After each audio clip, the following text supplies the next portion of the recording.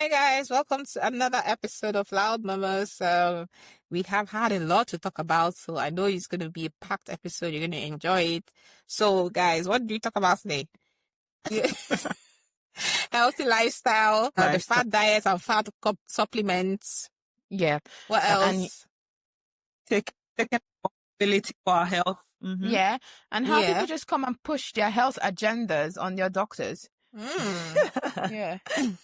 Talk about domestic violence and the lawlessness when it comes to protecting women in a society. It gets really deep, and in case you've suffered domestic violence and it triggers any sort of memories, we really apologize, but it's something we need to talk about. So hopefully you enjoy the episode. First time I was introduced to Ghanaian cinema, like, oh my god, you are this man. So yeah, now I feel like almost since what? But you're going to offer me the job, but what's holding When? you?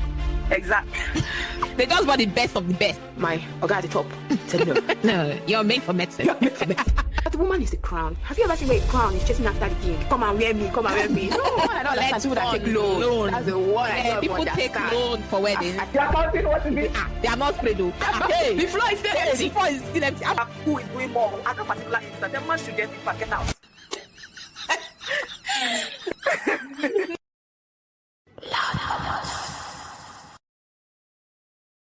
Real life. Welcome to another episode of Loud Mamas, and we have here your lovely hosts, Demi, and Misty. Welcome. Hello, my murmurers. Hello. Yes. We're anything but murmurers, but yeah. It's good to be back. Yes, good to be back. Yeah. And the only way you know someone is somewhere that is not in the UK is that the network keeps shaking. Miss J's laugh is coming emotion like this. It's buffering. Her laughter is buffering. Yeah. Yeah, anyway, guys. Lovely to have you back. So, how are you? How's everyone? How's Yeah. it been since the last time? I don't say how was your week. So, how have you been? Anything It's been a interesting? hectic week. It's been a Oh, dear. hectic week for me, but well, I'm here. That's the what most matters. important thing. Yeah. Yeah. That just raises more questions than it answers. Exactly. I know the way I saw your face. I'm like, I know the one that's going to say, what has made it hectic? It's been a hectic week, my dear ones. It raises more questions than it answers. Like, it's really a hectic week, but I'm here. I'm here. Yeah. Okay. You know when you are home, but it feels more like you wish you'll be at work. Yeah, that kind of, yeah. I do sometimes so that you take like a leave or something and you feel like I'm going to just rest and relax and like, why am I working? Why am I up by 7? Why am I still up by like, what? Like everything is just still the same, like if we're going to work, but yeah.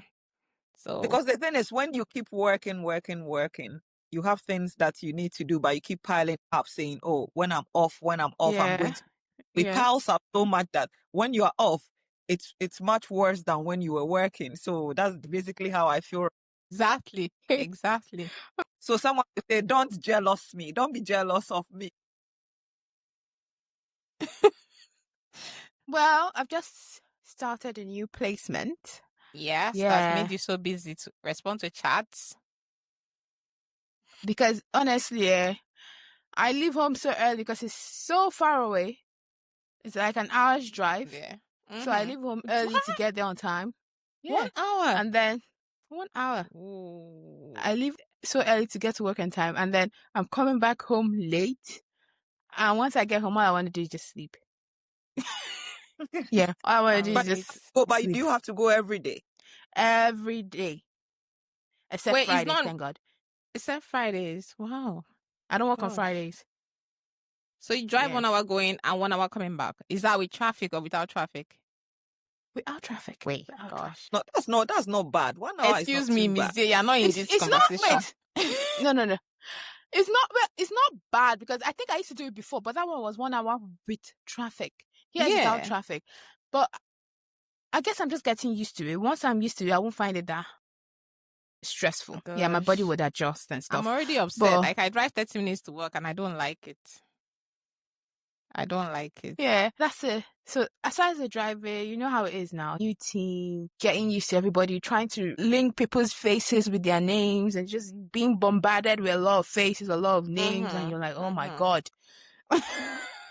Yeah. And I'm sorry, most of them all look alike to me. Now you're sounding like you. I'm sorry. That's why I put it out there. I'm sorry. Except I know you intimately. If I see you once, the faces merge. They all to me. So, wow. The thing is that it's not that my problem is not the faces. I know that this person's face is different. I don't remember names. That's my problem. So whenever somebody tells me their name, it doesn't register the first day, because in my mind, I'm not going to meet you again. So there's no point learning your name. And then when I see you the next time, it now starts feeling awkward because you know my name. Yeah, I don't know exactly. Your name. No, but that's the thing. I don't remember. But if I see you a lot, there's no way your name and your face won't stick in my memory. It would stay. But my first day I came into, they were having like a meeting, team meeting. So everybody in the team was there. I had to do like a sign of a cross before I entered in, because as soon as they saw me, everybody just stopped. Everybody just Why? Because we were having a meeting now. Okay. So I came in. I had to come in late because I had to go for like medical workforce. I had to go and do like onboarding, get my phone, my laptop. So I came in late. Or everybody was already seated. And they had already started the meeting. They had gone like almost 30 minutes into the meeting or so before I arrived. So as soon as I just opened the door, everybody just stood and looked at me. I was like, oh my God. Not again. Oh my God. Sorry. I could feel my heart go. I had to teach what you preach. I had to start counting. I hate when like the kind of thing where if they were having a meeting, I probably won't go in unless it's no. My CS asked, my CS asked me to come in because she wanted everybody in the team to meet me. Yeah, because that would be the only time like everybody would be around and everybody would meet me. Do you get it? So she really wanted me to come. She's like, I need to be here. I'm like, but I have like medical work. I was like, no. How long would that take? Come when you're done. So she really wanted me to come. To be there. Yeah, to be so there. We're not getting out of it at all. No. Nah. No. There was no getting out of it. But anyway, it's fine. Yeah. More challenges. I don't really like change, but at the same time, I'm the kind of person who kind of likes a challenge. It's very weird. But yeah. I don't like change. Although it's still the same NHS that we all work in, once you change to a new hospital or a new unit or it's something, almost like a new job. Everything feels new. It's like different. You've never worked in NHS before. So when people absolutely come from overseas and straight into the NHS, I can remember when I started, I felt like you just feel like, what's happening? What's that word? A dodonyon. I don't know if you know what it is. Dodonyon. No. I don't know. Everything is just flying over your head. Everything is just flying over your head. Exactly. I felt useless. I felt useless. I mean, I just give myself grace. Yeah. Just give yourself grace, because at the end of the day, it's not like you don't know what you're doing. It's not like you don't know your work. It's just that it's a new environment and you have to learn the new environment. New system. And people don't understand that. I think that's what I should learn to give myself grace. I put a lot of pressure on myself. I am my own worst critic. Which is not bad. But even in that, you still need to, you need to take it easy. Yeah, exactly. Like you said. Yeah, take it easy. I need to learn to give myself grace. Yeah, because even before something goes bad, I'm already 3 steps ahead of the badness. I have predicted several ways how things go you're bad. Spiraling. You're the worst case scenario person. That's probably who you are. Like, what's the worst thing that can... A lot of people have complained about it. I'm learning. I'm trying, but it's how my mind's wired. I feel like I have to prepare for it. So when it comes, you're not surprised. Yeah, I'm not surprised. I think it's a coping mechanism. But why? It's a coping why mechanism. are you expecting something bad to happen? Why are you not preparing for the good bit. Yeah, because sometimes it's trauma. Because one is that you want to be over prepared. You don't want to miss anything. And it's just what happens because of that, you're paying attention to details. You're catastrophizing everything. You're just thinking this is how it's going to end. But half of the time it doesn't. But most of the time it doesn't, to be fair. But I can't seem to grasp it. And it's funny because I don't practice what I preach. I tell a lot of people, oh, you catastrophize a lot. Oh, you do this. Why do you always pick out the bad things when 99 good things have happened? You stick to the one bad thing and then you hold it up. But then I don't. You don't practice what you preach. Well, you need a therapist. Who is not you? Your problem is for therapists. Anyway, yeah. So I'm learning to give myself more grace. Yes, you should. Yes, you should. Especially in the new posting, you should. Yeah. Anyway, guys, my week was fine.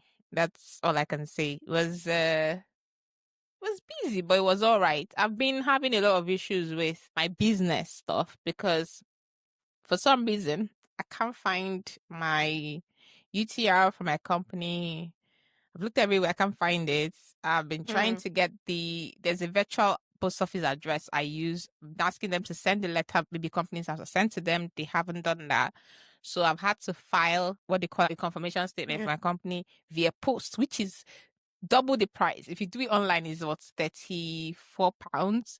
If you do it via post, it's £62 plus that's postal order plus £5. So I didn't really spend almost like £70 to send a confirmation statement that would have just taken me minutes to do because I can't log into my account. So that's just what has spoiled my week. But aside that, I think my week has been all right for the most part. Work, gym, what else? We did our first hosting as a couple. So we did our first hosting. We had the white colleagues come to the house and we did an African cuisine. So akara, akamu, fried pictures. Yes. Fried moi moi. Lovely. It was amazing. That's good. For those of us who don't know, is the CEO. What's the word? What other words? I'm everything. Founder. Yeah. Everything. Founder. Yeah. Of Farm Beauty. Yeah. So Farm Beauty is all natural skincare, hair care product. Yeah. I have used it and I want to say I loved it. In terms of moisturizing, if I do not rub cream and oil, I turn into a crocodile, an alligator. Let's just leave it at that. Wow. Wow. My skin is very dry. That's extreme dry skin. Yeah. It's very, very dry. So I have to use cream and oil. I can't use only cream, but M's cream, like it's very oily. Yeah, it's really good. Yeah. So I can say I've used it and it's really nice. So, head on out there and get it yourself, okay? Yes. Find us on our website, farmbeauty.com and copy yourself one. That's what I use as well. I know. That's my loyal ambassador. Glowing. Yes, I'm the ambassador of Farm Beauty. If I have to support her, it's Miss Day and myself. Why don't I see your face on it? I don't see. I should be seeing you. Don't worry, you will see. You see more. See my glowing. See my glowing. See her glowing skin. skin. My smooth skin. Oh, I see your face. But I was gonna. Okay, maybe not on the show, but maybe some other time talk about it. Yeah. Bigger sizes. Yeah, because I have a lot of surface area. Yeah. I know. I've already gone there. Oh, you've gone there. I have a lot of surface area, so I need bigger. Oh, come on. I know.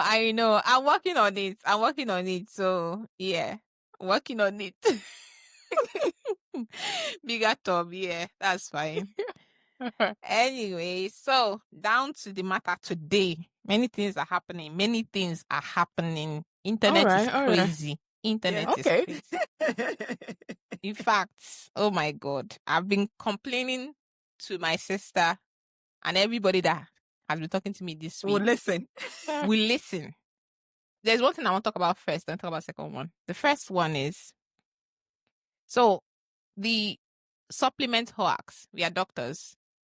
This is my thought about this whole thing, right? It's great to take supplements And more we're getting people who come in with things like, oh, I'm taking magnesium, I'm taking ashwagandha, I'm taking this, I'm taking something. If you're taking magnesium, you're not taking the glycinate, you're taking the other one. It's not the right one you're taking. It's not this one. It's not that one. There's a lot. And more, obviously, I'm a doctors. I do get patients in general practice who keep asking me, what am I lacking? What am I lacking? My hair is falling. I need to do blood tests. I'm taking this, I'm taking that. Is it all right if I take this? God knows what wonder supplements they've seen on TikTok. There's always something. Always something. There's a fad. Everything. Once you browse, there's something viral going on. Now, my issue is that I feel like we've gotten to the point where we are like into the fast-moving fashion. And we have applied that to our lives. We're trying to flog the body so much. Let me give an example. You have a generator, right? Generator has been there for 10 years. You don't service it. Don't do anything. You say, oh, if it doesn't on or something happens to the wire, whatever, you say, oh, it needs oil. You do every other thing. You're trying to get the thing to work in any way other than what it actually needs. Like, whether you're resting, are you exercising? Are you having a good general lifestyle? Like, we're doing every other thing other than fixing the body. We're trying to say, take magnesium. You need to take magnesium. Just be alert. Be alert.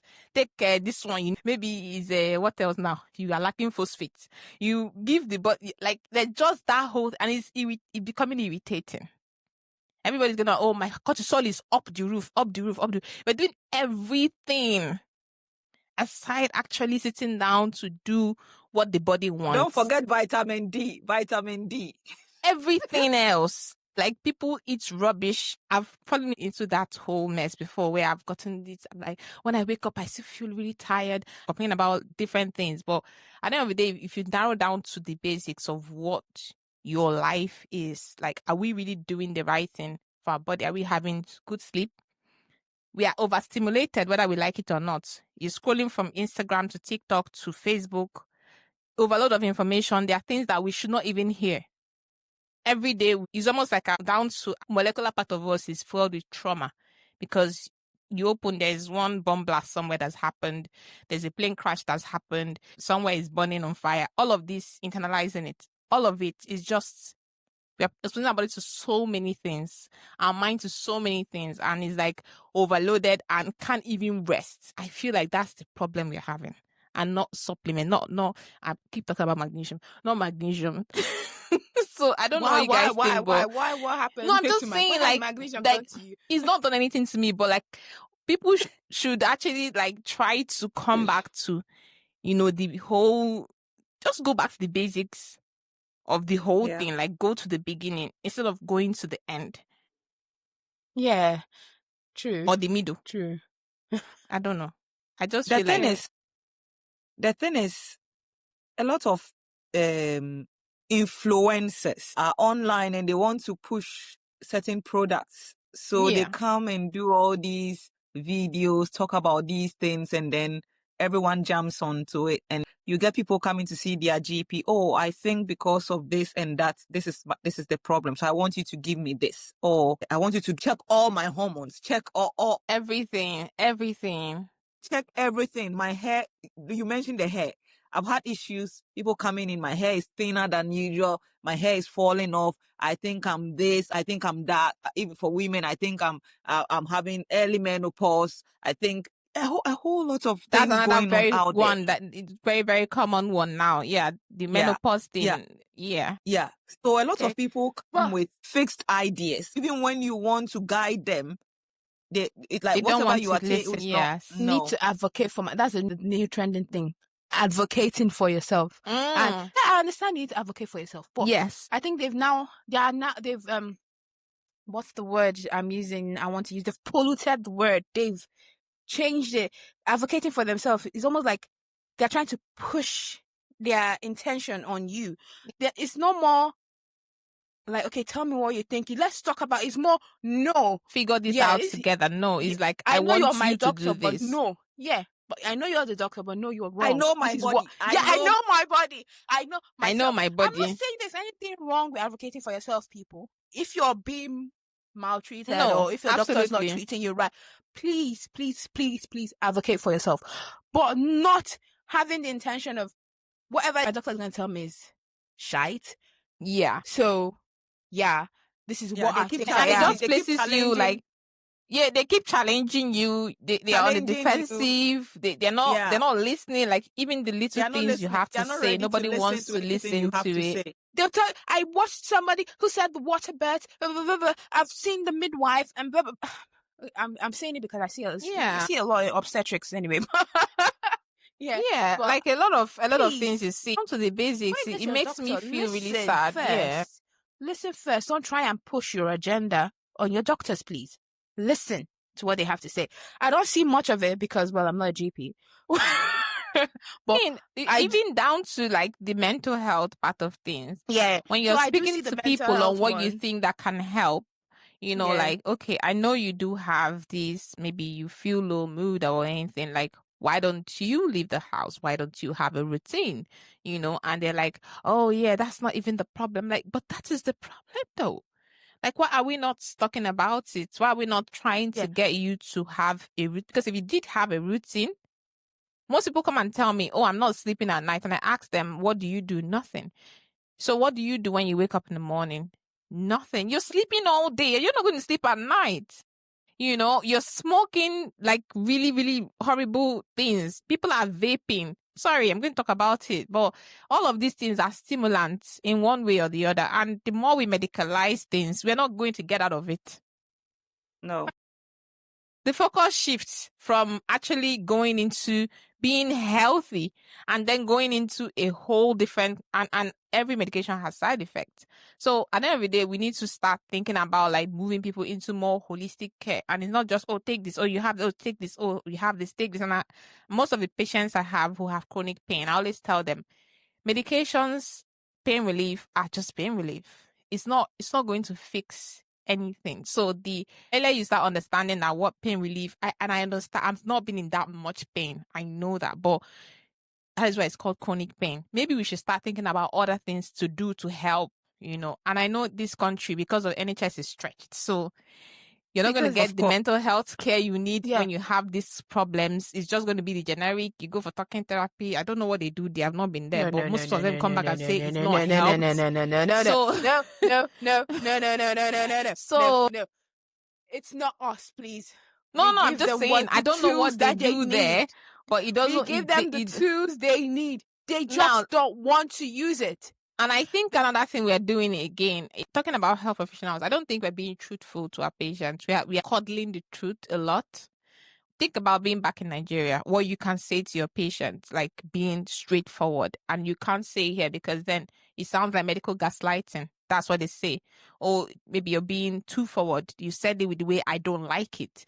Or you said it. So there's a lot of, we're just, you know, being careful and all that, which is not helping our patients. And at the end of the day, I think you've hit the nail on the head. And I think it's a fine line having to master being forward and standing on your ground, because there are people out there, I don't like the way this doctor talked to me, I'm going to report. And a lot of people are trying to just avoid that, please. Yeah, but that's not good for you as a patient. I'm not saying people should be rude, no. But patients don't want it. They don't want the truth.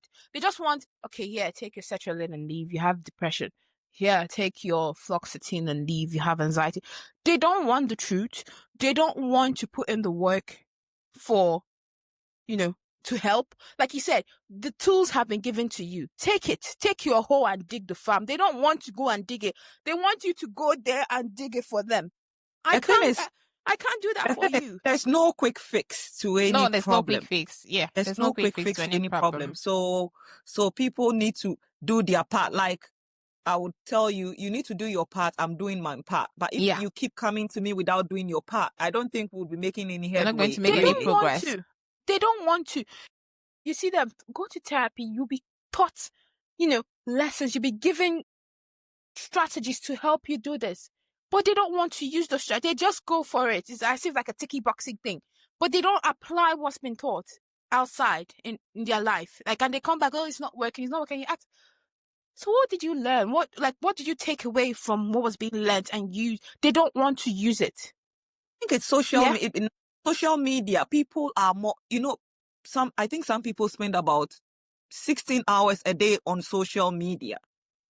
The rest, they are either sleeping or not doing Yeah, anything. we're like I said, we are digesting a lot of information. So they are digesting a lot of information. So they come to you and they are so fixated on, if you are constantly watching something for 16 hours a day for a week, you come to your GP with, in fact, they'll rattle the symptoms to you like textbook, telling you this is a problem that they are having, and you keep telling them, they won't even listen. That's the thing. They won't even listen to what you want to say. This is what I think I have. This is what the blood test that I checked on Google. They can show you, Take it away from some people who have actually like done the work. Maybe they've done some research on what is wrong with them, and that has actually been true because maybe they've either been mismanaged or they've had like chronic problems, and they've managed to, do some research and they're able to like come and say, do you think this might be the problem with me? I always love someone who brings in, let's talk about it. Let's compare and contrast why this is not your problem or why this might be similar. Why? But it's different when someone is coming with a made up mind and they don't want to hear anything, want to say, and it's not even a situation where the problem is a huge problem. It's something you can actually just work on. You can say, oh, like, why do you need this? Why don't we wait? In fact, most of acute cases, like someone has had chest infection and you're like, oh, like you just started having the cough. Why don't you just wait for, no, cannot wait. I know how it does. The next thing calm down. I'm not quarreling with you. And I always tell my patients that it won't take me anything to prescribe this medication or request this blood test, but then to what end? What end? Am I going to be a good doctor by doing something just because I'm avoiding complaint? Yeah, no. So once most people even come and threaten, say I'm going to complain, maybe that should make me do what I don't want to do, and you're blackmailing me. No, it's not going to do that. So it's becoming more and more difficult, and I think it has a lot, like I said, information overload, and people are feeding on all of these things, and we don't even know, and that's the problem. We are taking all of this in, we don't know which is what. We're not filtering. Everything is in our head, and then you have more and more. It just keeps going. I don't know. Yeah. You will know when we did PLAB, where you always have to use ICE, ideas, concerns, and expectations. Now there's no I and C. It's once they come in, it's expectation. This is it. Like now, it's just you go straight to E. It's expectation, and let's move. Like it's like, I've come to you. I know. No, it's not like I think. Now it's I know I have this. And these are the tests that I want you to request. Or this is the specialty I want you to refer to. And when you are referring, I want you to tell them this is the diagnosis. Yeah. So now that's what is happening. That is what is happening. It's difficult. It's something else, but yeah. Is the joy of medicine. Anyway, fortunately, I don't get all that. No, Imelda, don't say it's the joy of medicine, because this is not what I envisage medicine to be when I saying the joy of medicine. Quote joy. I'm being sarcastic, obviously. Please no, don't. Definitely Please. no. And I think it will keep getting worse. Yeah. Whoever listens to this should just go back to the basics. If you look at your life, look at the things that are not helping. What time do you go to bed? What do you do before bed? Like, what is your lifestyle like first, before you start thinking of the things that are not missing? So just look at that, and it affects in every way. You're stressed. The next thing, your menstrual period is doing like this. This is doing like this. It looks like one big thing, but it's just one small thing that can affect every other thing. And obviously, with the whole stress levels going up now and everything, and the way, don't know how it affects the environment, we're not having more autoimmune diseases and all that we are getting from nowhere. So you need to look after yourself. Yeah. I'm stressed. My cortisol level is high. So I am on the decortisol diet. What's the name? The new one now. I've not seen that one yet. And there's a tea as well that helps you reduce your cortisol level. Oh my God, cortisol must be so stressed. Cortisol must be so stressed. Yeah. Now, cortisol is a stress hormone, which is actually great. That is a normal body mechanism. You're stressed, your cortisol goes high. You're afraid, your cortisol goes high. It responds to a lot of range of emotion. When you have hypercortisolism, and that is where you have things like either, let's break it down, endogenous, exogenous. Endogenous, you have Cushing's syndrome. That is a different problem altogether. You will know you have Cushing's syndrome. You will look like a Cushing's syndrome. That's what the Cushing going appearance. You will look like it. You're not going to miss it. If you're taking exogenous cortisol, like people who are trying to do bodybuilding and all that, that is a different issue altogether. Or you're consuming prednisolone and all that, like steroid medication, that is different. Your cortisol rising is normal when you're stressed up, is going to go up. If the test is very, very non-specific, I don't like to do cortisol tests for anybody unless I'm suspecting something that has to do with either I'm thinking about Addison's disease when you have low cortisol level, or Cushing syndrome, or maybe you have Cushing's disease. Yeah, any one of them. Aside that, I have no business with your cortisol. Yeah, that's the trending one now. Yeah. And what's the name? Is it D-cortisol, like D-E? I don't even want to know it. D something. It's detoxifying your. It's just like people like to detoxify. When you have a liver, I hate that. You have a liver. Your liver is like. You drink it and you detoxify. It detoxifies your body. I'm like, huh?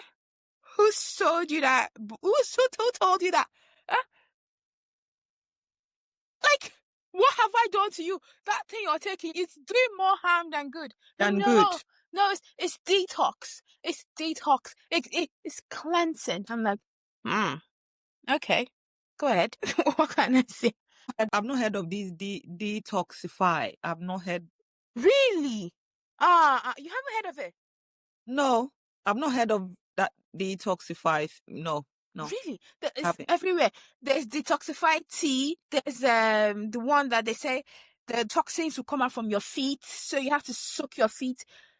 So you soak your feet and the water will turn black. So that blackness is showing that the toxins have left your body. You haven't seen it? Oh my God, there's a lot like this. I'm like, why?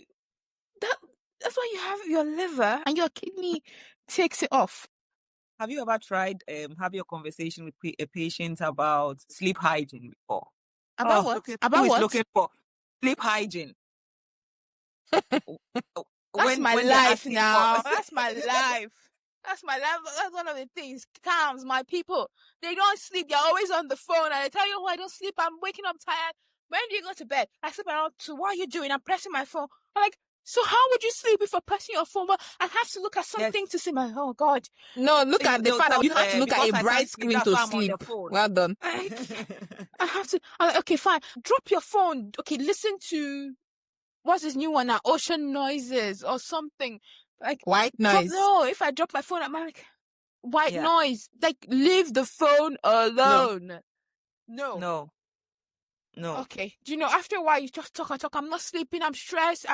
Because of lack of sleep, they are dysregulated and they are reacting like dysregulated behavior. Do you know what? Just take promethazine and go and sleep, please, darling. How long are we going to do that for? Exactly. That's you don't. Okay, fine. How long are we going to do that for, bro? You send them. Okay, do you know what? We can't give you medication. Go for sleep therapy. But I don't want to do therapy. All the things they said in therapy, I already do them. I'm like, really? You already do everything that has been taught to you therapy and you still don't sleep? Yes, I do it. I do this. I do this. So start listening. Sometimes you can't even argue, honestly. For me, that's the most difficult conversation I have with patients when it comes to like talking about sleep hygiene. Like after that, you feel so drained. It's like So I feel so drained. My dear. I don't know. Maybe another thing I struggle with. I think maybe it's because of, is it culture? Do I want to say because of culture, where we're coming from? How they personalize disease or they own it. Yeah, the way you have to own like my hypertension, my this, my that. I behave this way because of my. It's something that I can't really get used to. I struggle with it sometimes. But you are not the disease. You are not the disease. Yeah, you are not. It's like, I act that way because of my anxiety. I'm like, ugh. Okay. Yeah. Easier. But I think the thing is, like, I'm not on the extreme of people who deny conditions. You have a condition, I'm not absolutely, denying it. but No. it's not who you are. It's just the condition, to introduce who you are. Excuse. No. Are you not using to excuse bad behavior, please? Well, Can't use that as a reason for bad behavior. I act that way because of my anxiety. yeah, Really? really, like, well. Yeah. What I think it's religious and cultural because there you'll be like, don't own it. Yeah. It's not you. It's not your own. It's not you. You have it, but it's not you. Try and make it dystonic. Don't claim it as yours. Don't use it as a badge of honor. Yeah. Oh yeah, it's make it dystonic to you. Okay, you have it fine, but it's not you. And I also start preaching. I'm already doing the hand movement. leave me alone this night. I'm going to talk about the second thing before you people digress. Now, I wrote it down. It's like it's only me that came with problem this night, but that's really great. Oh, I had one, but I think that would but it would be like another thing. It's a very serious topic, so maybe another episode about, because I was listening to a podcast and she said something very interesting. I'm like, oh, this is something we could talk about. She was like, when her mom, the girl in the podcast, she was like, when her mom came to America, she was like, she did not know she was black until I came to America. Yeah, so it was really deep, and I was like, this is something we can talk about, but nah, another time. We can dive into it another time. That one is going to be very, very, very deep. And not because you don't want to sound cliche, you don't want to sound like the same thing everybody's saying, but then it's really serious. It's really, really serious. But then I think, let me give you a gist that's been happening. So, social media is on fire, right? Nigerian social media, not everybody, because nobody cares about any other country. Anyway, so Nigerian social media is, the only thing on fire for Nigeria is not Trump. What? Okay, that one is they're preparing for the invasion. So that one is different. That one is still happening. Yeah. But on the back of everything that's been happening, right? There's been this popular actress who has been having some marital issues, and basically, I'll just give you a summary.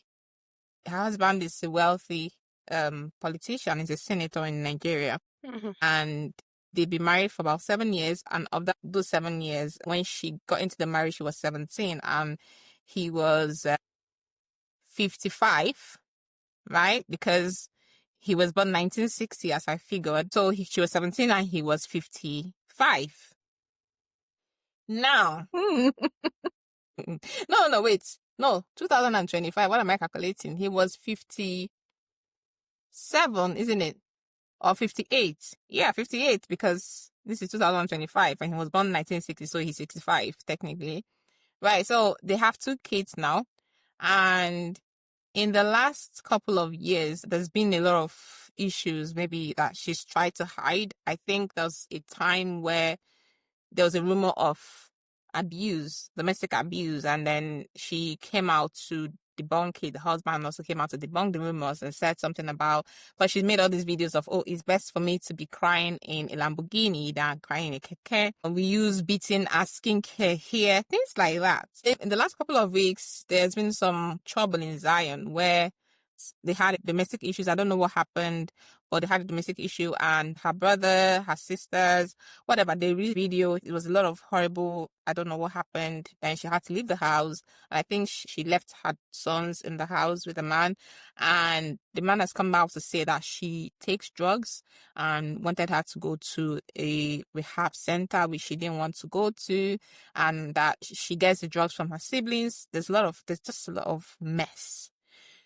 Remember, this man is a sitting senator in Nigeria, right? And he's a whole lot of other things. I think he's a lawyer by background. The girl is just an actress. Her parents, obviously, she's come from a grass to grey story. Her parents were separated, whatever. But now, the gist is, the man has arrested her brother because there's been, I think, on the allegation that he came to his house and trashed his house and beat up some of his security guards. initially they didn't know where the brother was taken to. But now the gist is that if she doesn't get back to the house, they won't release her brother. So the brother is a ransom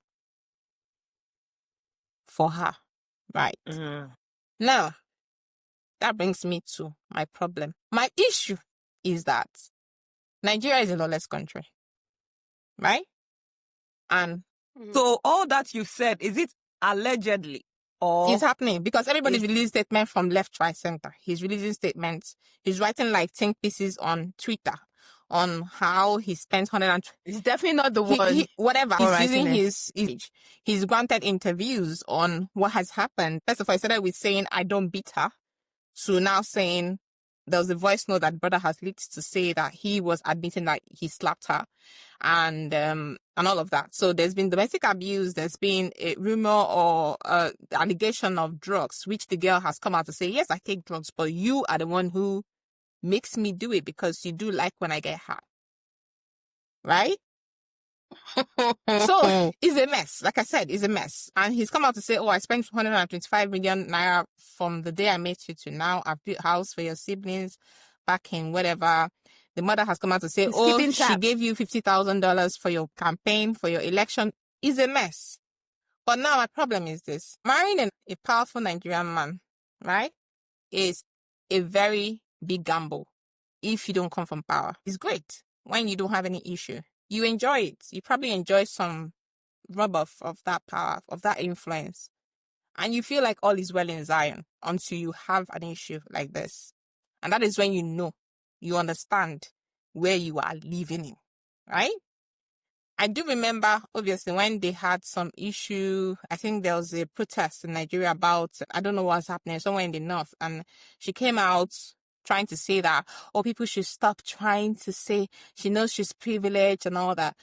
And what I'm saying, I'm not for domestic abuse or anything that man has done. It's totally wrong. But this is what I keep saying. When people are crying, when people are complaining about things that are not going right, and you sit down in your high places and think, I'm far removed from this, it will never happen to me. The way it will happen to you, the way it will start nevering like never before. You would hate yourself. That's one. Secondly, marrying a man in Nigeria, you already are a property. Sorry to say you are. And if they don't have power, they don't have money. The way they mess with the women, talk about when they have power and money. You are gone. They treat you anyhow. And unfortunately, the men that are meant to talk to them are the biggest gold diggers and ass lickers. Sorry to say that they would rather not lose that opportunity they have or that connection they have with that person than for them to go and talk on your behalf and say, hey, I think you probably need to take it easy. Like, you guys should settle this in amicably. He's a sitting senator. Nobody has called him to order. This will not happen in a country that they visit. Those rich men, it won't happen. But it's happening in Nigeria that you're holding someone hostage. You've not taken him to court. Okay, if he did something, destroyed your property, whatever, charge him to court then. Are there no laws that someone is arrested after 48 hours or something without any... Listen, it's not, you don't understand that. They can forget you. Nigeria. You can be forgotten. It is like Nigeria. You never existed. So when people want to marry into power, into money, and I keep saying the same thing, you cannot fight with these people. You cannot fight with these people because they protect their own. Because at the end of the day now, this is the situation. Nobody is saying anything. Nobody is saying anything. It's like people have said something, but nobody wants to put themselves on the line because they don't know what they are going to block for them. That's how it is because the other person that can correct him will be someone and they're not going to do it. They are not going to do it. Let me tell you, the impunity of these men, right, is that a sitting senator, Senator Natasha, accused a Senate president of sexual assault. Now, instead of them calling her or calling for an investigation, they suspended her. They blocked her entrance to her home, what they call it, hometown. She had to fly in for, I think they had a meeting or whatever gathering with a helicopter. This woman has a very rich and well-connected husband. He hasn't stopped the harassment. They've called her back. She was trying to travel out of Nigeria. They blocked her at the airport. they've been making her life miserable. This is a woman who is a senator in Nigeria. Talk about a common person. You're an actress. What level do you have? You're nothing now. You're nothing, absolutely nothing. So they can do anything they want to do. So that's what I'm trying to explain to you. I said, people should be careful. It's a level of wickedness for you to be in your 50s and you want to marry someone that's 17. That is a predator of the highest order. Is horrible. Is really, really horrible. No matter, because at the end of the day, they use their money, they use their power, they entice these girls and they marry, but it does not end well. Like you said, of course, she's 17, the man was 57, so that's like almost like his own daughter's age if he had kids 58. or something like that. But Yeah. 58, so that's like he was 41 when the girl was born, so almost like his own he was born, his own and child. before, he has 6 wives or 5 wives. Yeah. I think she's the 5th. Sixth. Is she not? Okay, so the story of when allegations came up that there was domestic abuse and all that, and then she came out to also say all these sorts of things, that it's rather better to what you say, what to cry in what Crying in Lamborghini. Yes. So now the people who would also make noise now, you've also told them to see, it's already come to your people already in the past. Yeah. So I Absolutely. know that you are asking people to come. Yeah. No, you are expecting people to now come To out help you. to sort of defend her and all that. But the people who will come out to defend you, you've already made them look like they are sitting on bicycle and they are crying. You rather cry on what, because now you are the new body. What is what is something about what body. This is the new skincare. And to be honest with you, like, I know that she was talking like and I'm not excusing her, because obviously when I was that age, I was not thinking that way. But I'm giving, like, I give a lot of grace to people who are, what they call them now, Gen Z, right? Because the kind of things they do, the kind of risks they take, I don't know how I would have been able to take that risk in this day and age. There's a difference when it used to be our parents' age, when they didn't have any say. But when you have a say, when you are a young person, you're 16, you're 17, you have no business. You have absolutely no business rolling with any man. They will tell you, oh, you're so mature for your age. They are idiots. Sorry, I'm saying, like, this is really annoying. It's at the core, it's really upsetting. You can use for her. I don't want to blame her so much. No, I'm not even blaming her. All I'm saying, body. If I remember the story right, it was her mom that her mom said she's not the one. Her dad said no. Her mom has come out to say, and she has also come out to say. Both of them. The girl has said her mom did not push her. Her mom did not even want the marriage to happen, but she said she must marry, and her mother said, fine, let's go do it. So there was a lot of, the mother has come out before to debunk that she never had anything to do with it. But that aside, I know that poverty, even when it seems like people have money, but they have toiled for it, there's still that poverty at the back of the mind. It does push you to do a lot of things. People make promises when they want something from you. And there are some people you should not play with. There are some kind of, like my sister was talking about, like, if 2 rich people marry and they have problem, the way they fight is different from when you're fighting with a rich man and you're there. You don't have any level. Nobody is going to, you're just a prey to them. They're going to deal with you how they want to. This is the reason why dysfunction thrives in a place like Nigeria, because it wouldn't happen in a developed country. It would only happen in Nigeria. They've had so many powerful men that have done the same thing to young, naive ladies, married them when they were like below the age of reason, and also they will marry people who would depend on them financially, and you will not see that money enough to do anything with your life. They will give you the much that is enough for you not to go away from their leash. They are never going to set you up for life. Never. Do you understand? So the thing is, it's not worth it. The return of interest is not worth it. The whole embarrassment is not worth it. You will never get your independence. You are like a property. They dispose of you when they want to. To him, leaving him and saying you want to leave is like, is an ego problem. How dare you? So you just that the man has, she's the Sixth sixth wife, wife or yeah, the fifth sixth. wife. So the others, are they still all together? The man is still married to all of them, or others have left? Or Join this is the more one to who his harem. He's giving interviews that he would join more to his harem. That he wants to marry as much. They are divorced. Are they not divorced? Which divorce? The other No. 5 wives. Did he not divorce them? Nope, I've not heard that. He's married to them. And like I said, still, yes, he is a polygamist. Like I said, the thing is, domestic violence is not a thing of joke. And he's treating them like rubbish. And I'm so sorry for her, because nobody should go through this. But people should also learn that when you feel like you're so close to the corridor of power and you can't relate with people's suffering, it's just a matter of time. Because, like I say, I keep giving that example of Senator Natasha. If they can treat a powerful woman like that, and we've seen it in various areas in our lives, even the way you're treated, and you have the way even a man who has nothing talks to you as a woman who is accomplished, because by the virtue of the fact that they are just male and you're female. Not talk about in a place of marriage, not talk about in a place of inequality when it comes to power and influence. It's not something you should just lightly step into and feel like I can walk out whenever I feel like. They'll make your life miserable. But in terms of talking about domestic violence, it's not just men. It's not just men who are also doing it. Some men are also going through... No, I'm not saying overall.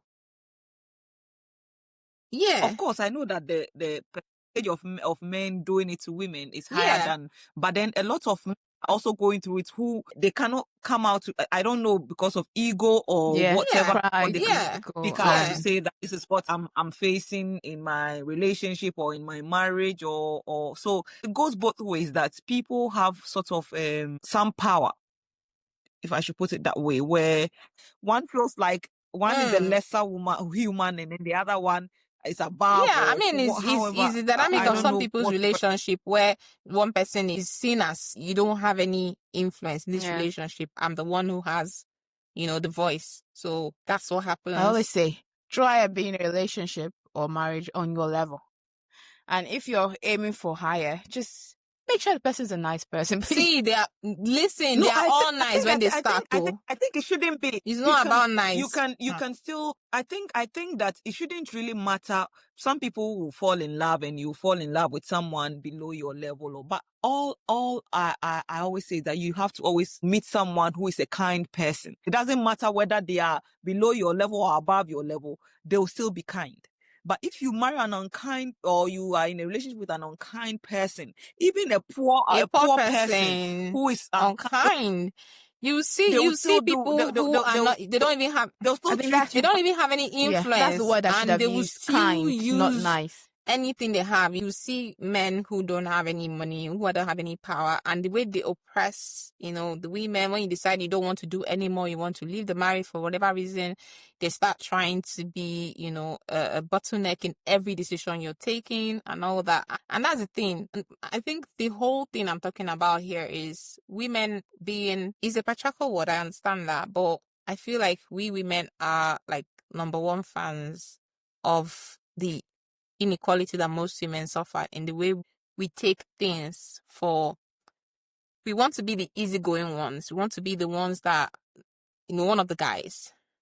And that is the reason why some things thrive, even like amongst there are things that propagate amongst the male folks, because your mother doesn't see any wrong with what you're doing. He's a man.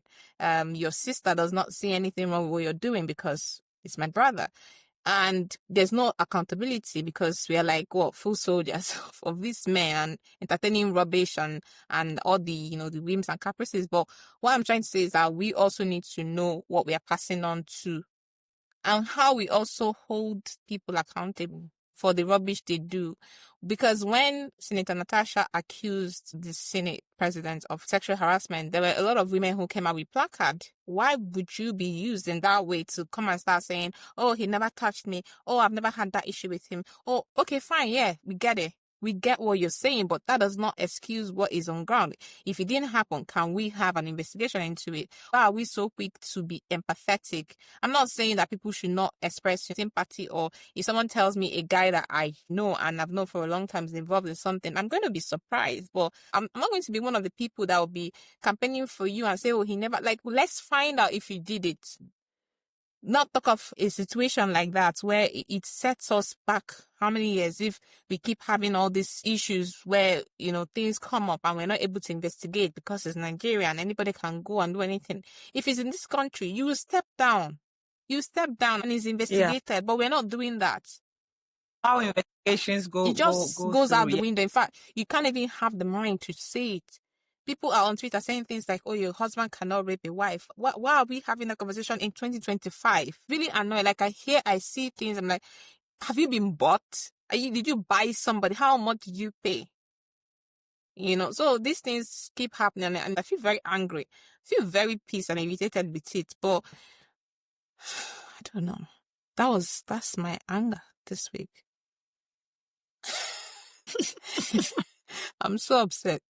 Yeah. The thing is that these things still go on because I feel some women or a lot of women out there enable these men to, I'm talking about in terms of men abusing women. A lot of women also enable these men or support these men, like you said, when these things happen. Because, for example, if a man is maltreating his wife and all that, and then let's say, for example, a mother-in-law comes in and knows what is happening, knows the son is wrong, the mother-in-law would still go and support the son. The sister-in-law will still come and support his brother. When they know that what's going It's on, wrong. the brother Yeah. is wrong, but then they will still go support. So at the end of the day, you are enabling this man for him to feel like, oh, I'm right. It's all right for me to do what I'm doing to this woman. The kind of things But we if say. women stand up for women, it doesn't have to be your blood. You don't have to share the same bloodline for you to stand up for what is right and to say that, my brother, you are wrong in this situation, or my son, you are wrong in this. Go and apologize. I don't want to see this happen again. This is not how you treat a woman. I think that if a lot of people do this, a lot of women do this is going to stop. But a lot of women are enabling their siblings or their children and all that. And at the end of the day, that's why this friends, is going on. The men like feel guys, for guys feel comfortable having some stupid conversations with you and you just laugh because you want to be one of the guys. And you're not one of the guys. Sorry, you're not. You never will be. They say things that sound horrific and you're like, oh yeah, laugh. It's funny. It's not funny. It's not funny. They shouldn't feel comfortable to talk about, women or anyone in a demeaning manner, derogatory manner, like talk about them like, oh, this and that or that and that, and you feel it's okay because you want to have friends, So I know most people would say things like, oh, like people say you're very strict, you're this and that. I'm like, I'm not. You're just stupid. Because if you if you had any atom of sense in you, you would not think the way I'm acting is abnormal. You would, act like a normal human being. And it cuts across every class. It has nothing to do with literacy. Someone said in this day and age, if you want to date as a woman, you have to be open to accepting rubbish.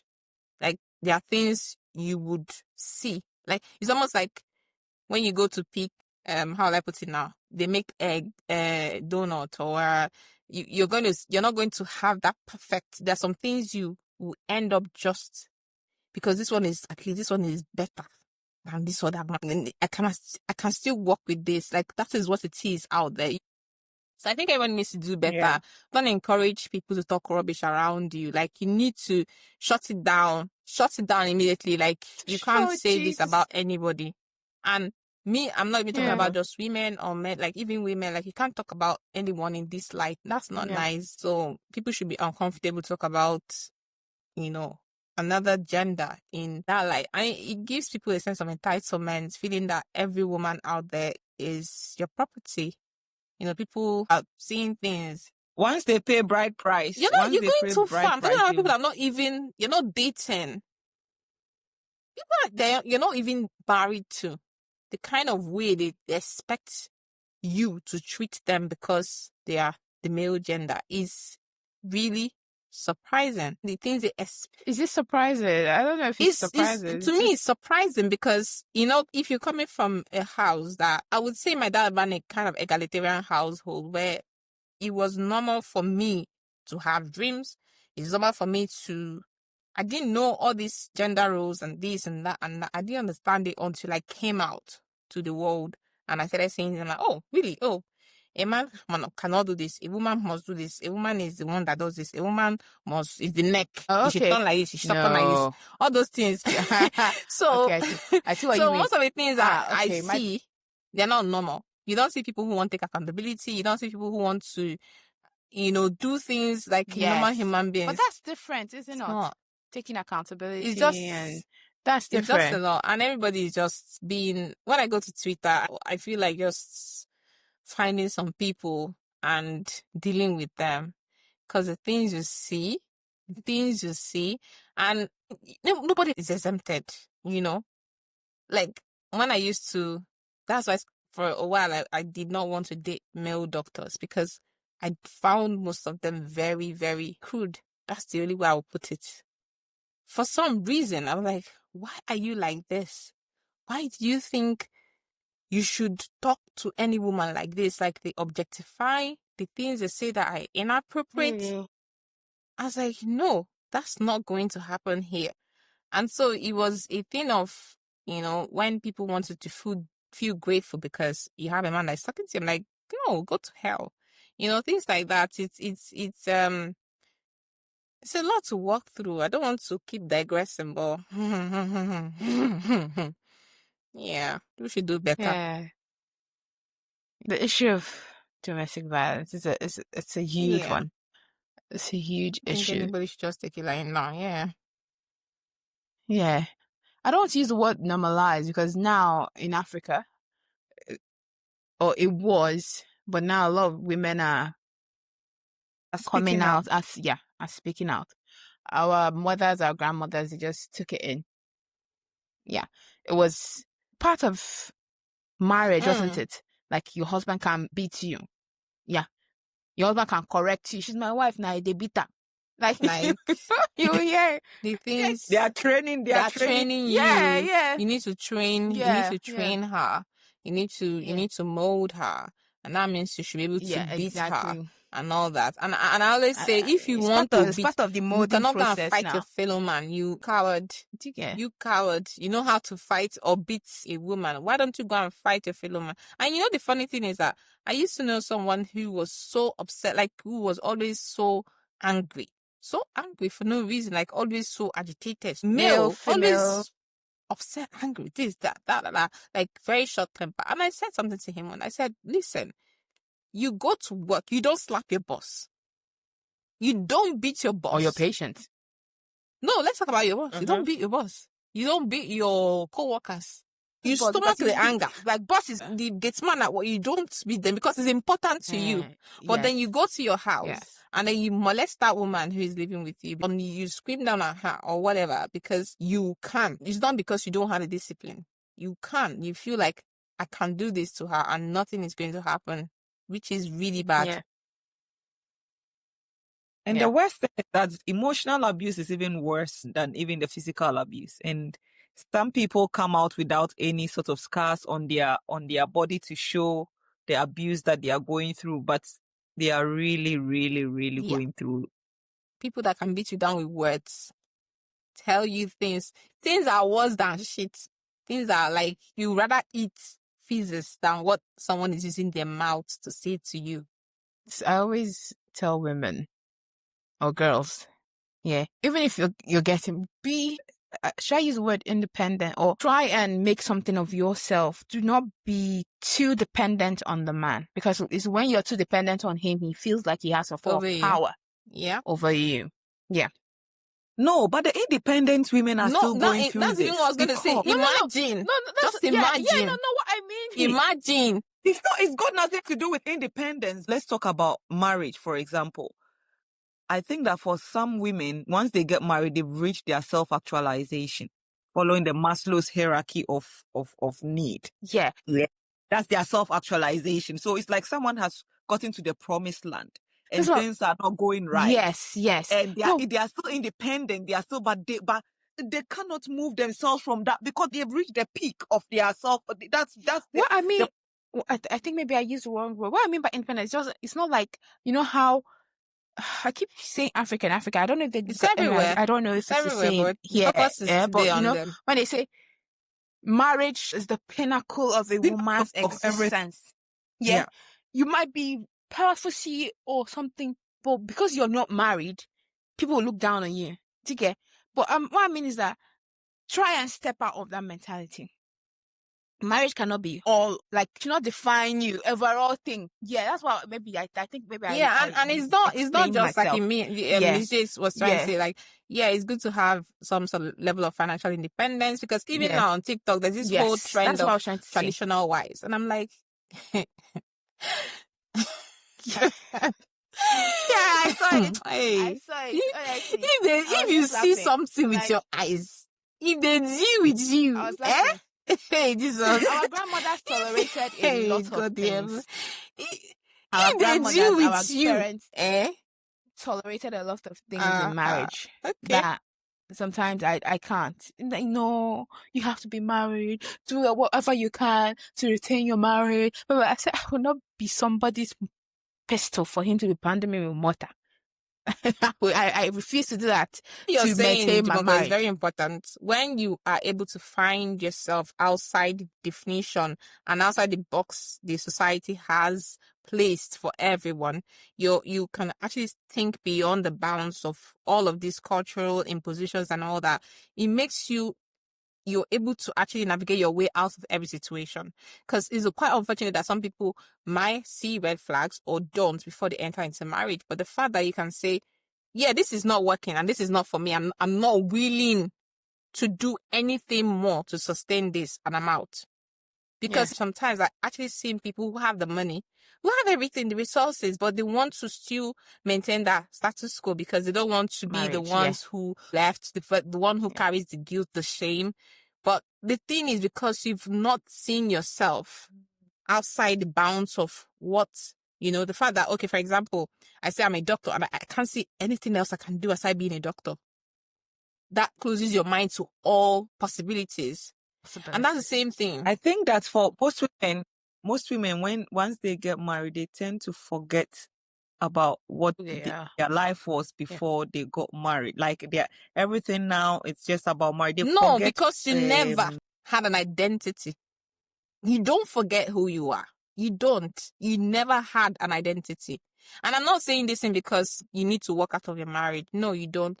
I'm not saying if you have a problem, you need to enter marriage with saying, I'm going to leave. No, I'm saying navigating through life on its own is understanding who you are at the core of everything happening. Who are you? If you understand yourself, understand what makes you tick, understand everything about, like, at least the basics of who you are, that marriage is even more fulfilling for you. If you see some woman who is fulfilling herself in a marriage, is different from a woman who that marriage is the core of her existence. You are able to shine. You're able to give more. You know what you carry. You can sustain that marriage because you've defined yourself away from it. You can find your happiness. You found your fulfillment. Marriage is a cherry on top of it. But when it's everything for you, you can't see anything else. And that's why you want to die and put inside. Well, say done it to all of you. Those are the ones that are quite frustrating, but the ones that, who are not financially free, who cannot escape their marriage. Well, I don't know. There are a lot of people who can't. When I talk about people cannot escape, I think of the extreme. And the extreme I'm talking about.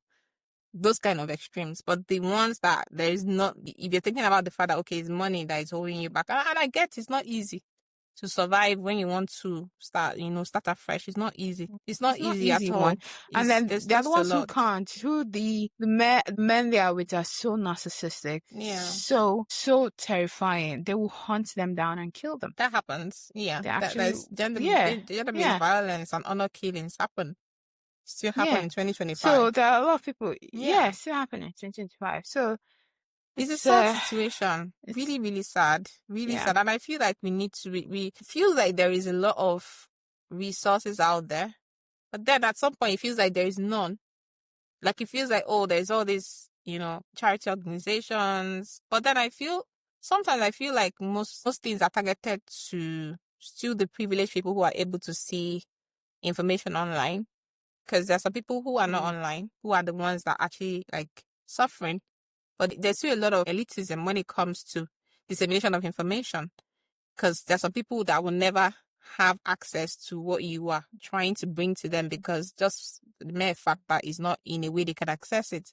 People who are blind, people who are deaf, people who can't read, people who don't understand anything. There's a lot of learning disabilities, learning difficulties that happen also with all of this, human beings, different demographics. But then we tend to target people who are also privileged in a way because they've accessed education, because they can understand, they know where to find this information. So it's just a lot. And I feel like there needs to be more done on the grassroots.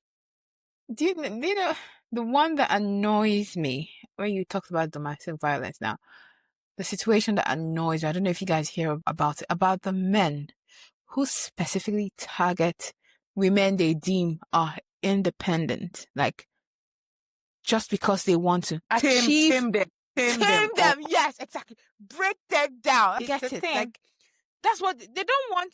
Like young, like women that are coming up. Like, no, they look for women who have attained it, who are like up there, who can stand firm on their own. They don't need to get married. It's not what is it. What can you add to their life? They want to get there and knock them down. Like, it's their life mission. They want to bring them down. Like, well, every human being, everybody wants to demystify everyone. That happens. But then some people's life goal is they want to say, you think you're all of this. Your own is too much. You think you can, you're anything. I'm going to break your wings. So that by the time I'm done with you. Why? It's an ego thing. Why do you feel the need to leave this woman alone? It's an ego thing. She's not on your level. Leave her to find someone that's on her level. And it's almost like people are finding and looking that for. You have to break them. Wait, down. A man is looking for a traditional woman in a non-traditional setting. I don't want to put it like they know when you met them. Maybe this is what you stand for. I'm not saying that. It's a flex to say I don't cook. No. Some people don't cook because they don't want domesticated, they don't think it's beneficial for them to cook, and it's not a flex or anything. It doesn't work out with the kind of lifestyle they are living. Either they are very busy, they can outsource things, but to them, what makes them the man is the fact that you're serving them. So the fact you're not cooking, the fact you're not washing, the fact you're not serving them hands and feet, they don't feel like the man. So for them to be able to boast and say, even my wife used to kneel down and give me food. I have your type at home. You need to define your masculinity. If that's the way, that's the way they can masculinity, then there's a problem. They can see themselves being the man of the house, is that you are serving them. And the fact, the joy, like, okay, just imagine president serving you. The joy is that now I'm able to break this person who goes outside and is all of this to be able to come down here and do it for me. Even if I have 2 hands and 2 feet, I'll not enter that kitchen and cook anything. I'll wait for this, my slave, who is, what they call it now? That CEO, that powerful to come and do it, because that is her job. That is why I married her. And if she's not doing it, then I'm not respected as a man. That's it. Anyway, if marriage doesn't uplift you, I don't know. Killing you, sorry. I feel, it shouldn't. Marriage should uplift you. Marriage should make you better than where it met you. Yeah. If it's not doing that, you need to ask yourself a lot of questions. A lot of questions. Yeah.